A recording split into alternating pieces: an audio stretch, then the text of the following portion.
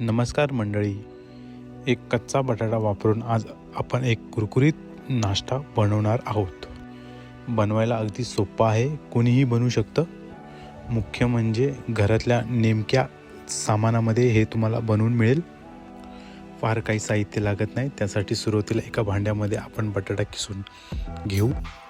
शक्यतो पाण्यातच बटाटा किसा, म्हणजे काय होईल, बटाट्याचा किस हा काळा पडणार नाही।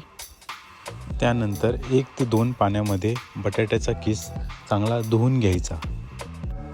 2-3 पाण्यामध्ये धुवून घेतल्यावरती बटाट्यामधील स्टार्च पूर्ण निघून जाईल।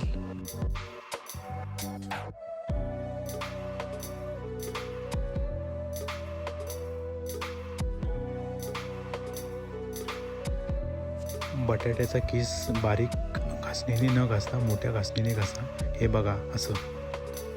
त्यानंतर बटाट्याचा किस यामध्ये पूर्णपणे बुडेल असं इतपत पाणी घालून ठेवू। यामध्ये आपण घेऊ लसूण, थोडे अद्रकचे तुकडे, मिरची, जिरं आणि हे पाणी न घालता वाटून घेऊ। आता आपण बटाट्याचा किस पाण्यामधनं काढून घेऊ, ड्राय करू। शक्य असल्यास चाळणीवरती घेऊन आपण पाणी काढू शकतो, म्हणजे यातलं जास्तीचं पाणी निघून जाईल।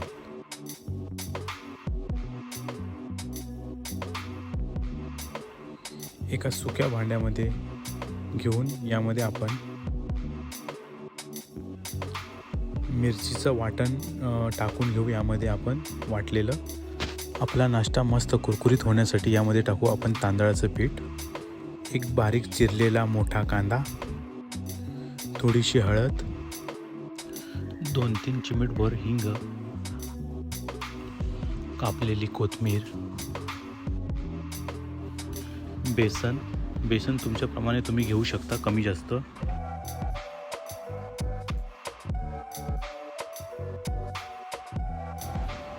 चवीनुसार मीठ कमी जास्त। यात आपण पाणी वगैरे काही घालणार नाही।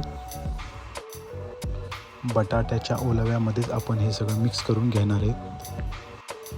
हे असं थोडंसं सरसरीत पाहिजे, जास्त पातळही नको, पण हलकंसं सैल ठेवायचं।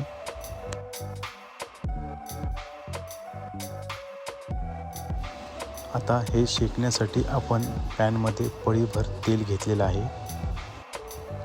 याला तेल जास्त लागत नाही। त्यानंतर आपण तयार केलेल्या बॅटरकडे आपण वळूया, जरा आपण फेटून घेऊया। हवं तर यामध्ये तुम्ही चिमूटभर सोडा घालू शकता। अलगद चमच्याने हे मिश्रण आपण यात सोडून घेऊया। तेलात सोडताना गॅस थोडा कमी ठेवायचा। आपल्याला हवं तसं आपण पातळ किंवा जाड करू शकता। आता याला खालच्या बाजूला व्यवस्थित शेकू द्यायचं, पलटी करायची घाई करायची नाही। साधारण 2 ते 2.5 मिनिटांनी खालच्या बाजूने मस्त कलर आलेला आहे, बघू शकता तुम्ही। हलकंसं कडक वाटते आपल्याला, वाटल्यास पलटी करताना अजून 1 चमचा वापरायचा, जेणे की आपल्या अंगावरती तेल उडणार नाही। मस्त असा कुरकुरीत नाश्ता झालेला आहे।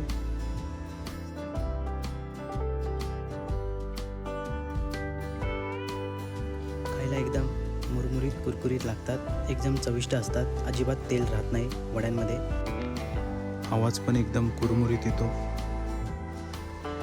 तुम्हाला ही रेसिपी आवडली तर नक्की लाईक, शेअर, सबस्क्राईब करा।